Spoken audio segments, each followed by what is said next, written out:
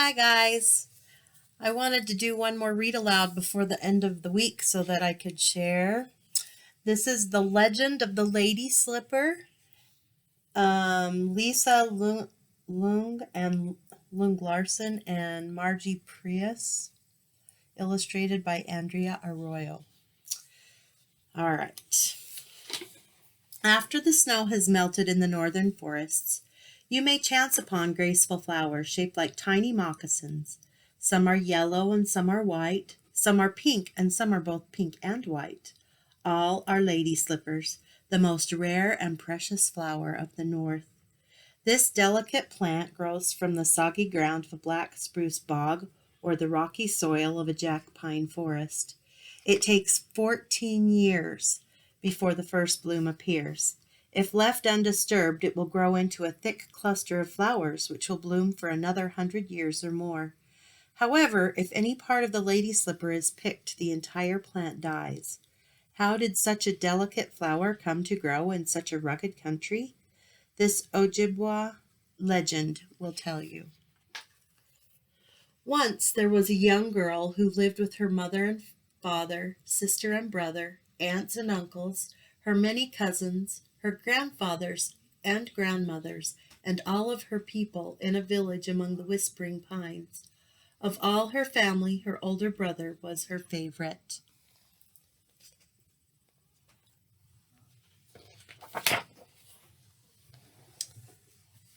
He was as strong as a bear, as fast as a rabbit, and as smart as a fox. Because of these traits, he was the messenger for the village.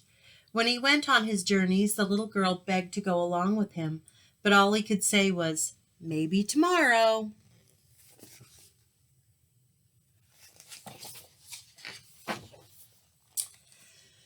Then one day a terrible disease struck. The little girl watched as one by one her people became ill. Her grandparents, her aunts and uncles, her sister, her mother, even her father fell ill. A neighboring village had the mashkiki, the healing herb they needed, but the journey was too dangerous to make in winter.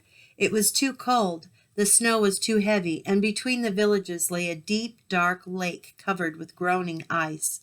Such journeys were not made in Gichi Manidu Gitsis, the great spirit moon. Still, her brother said yes, he would make the trip.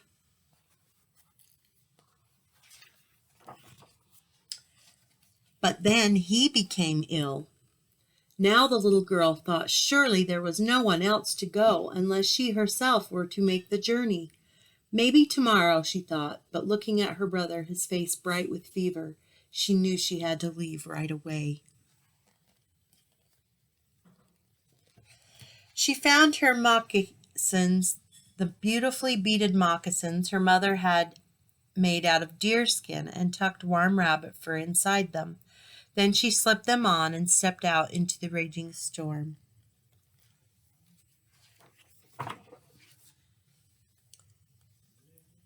Trees lashed about in the wind, rattling their branches. Falling snow stung her face.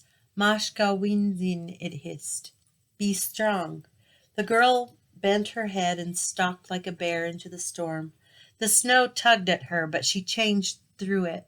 She charged through it, plunging into the wind.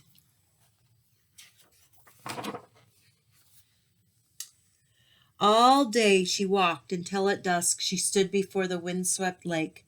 The slick ice lay as if asleep, silent. On the far shore, the wigwams of the other village slowly glowed warmly. The little girl stepped out onto the frozen lake, and the ice shuddered and woke. Da da tibin, it rumbled. Go quickly. So the girl ran like a rabbit, skittering and slipping.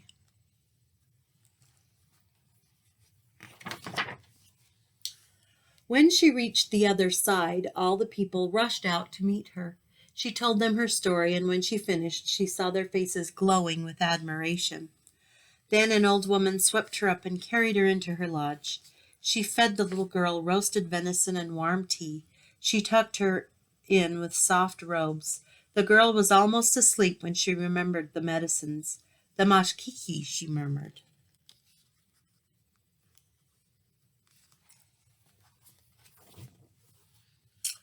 "We will bring you and the mashkiki to your people," the old woman whispered. "Tomorrow it is too dark and too cold to travel tonight." But when the little girl closed her eyes, she saw the sad, pale faces of her family, her friends, and her brother, and she knew she must leave right away. She rose quietly, gathered up the medicine bundle, and crept out. The storm had stopped, but all was deep, cold, and silent. Except the popping and cracking of the trees, her eyes stung. She felt the frost gather on her cheeks. She pulled her robe tight and hurried across the lake.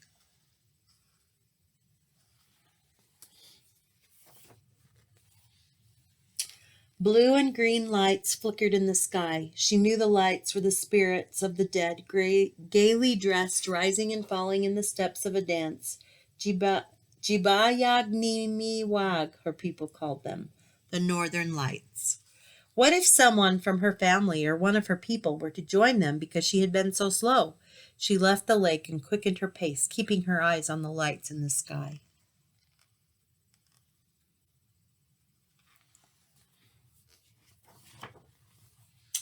Suddenly, the snow collapsed around her and she was buried up to her arms. She kicked and punched at the snow that was no use. She churned her little legs as fast as she could, as if to run out of the snow that only dug her in deeper. Above her, the dancing spirits leapt and spun. Maybe she would be the next one among them, she thought. She fell back exhausted. "Nibwakan," the snow around her whispered. "Be wise." Yes, she must be smart like the fox who thinks his way around the trap.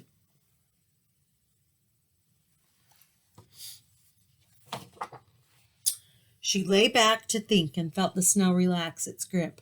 She lay further back and it let go a little more. Slowly she wiggled and turned, paddled and swam her way out of the snow. "Hawa!" she sang out. Her feet were free. But then, Gawin, "Oh no!" she cried. Her feet were bare and cold. Her moccasins were gone, buried deep in the drift. She dug in the snow, but it was too soft and loose. She wiped her nose on her sleeve and continued on barefoot.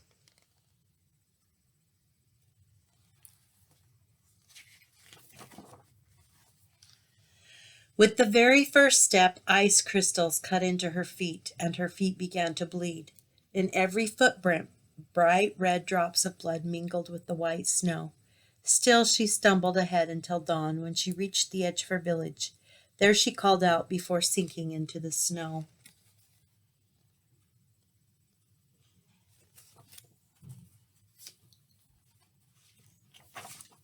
Sorry.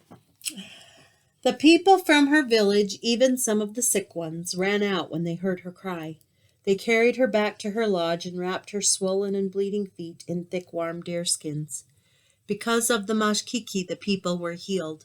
The little girl remained weak for a long, long time, but soon after the snow melted, she too recovered.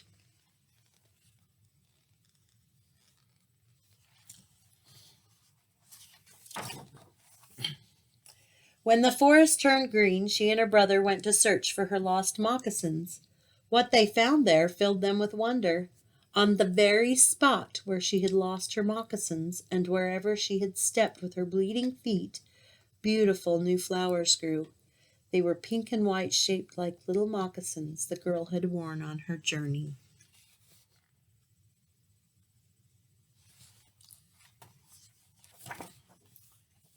The Ojibwa people named the new flower Moccasin Wabiguan, which means the moccasin flower. Today it is also called the lady slipper.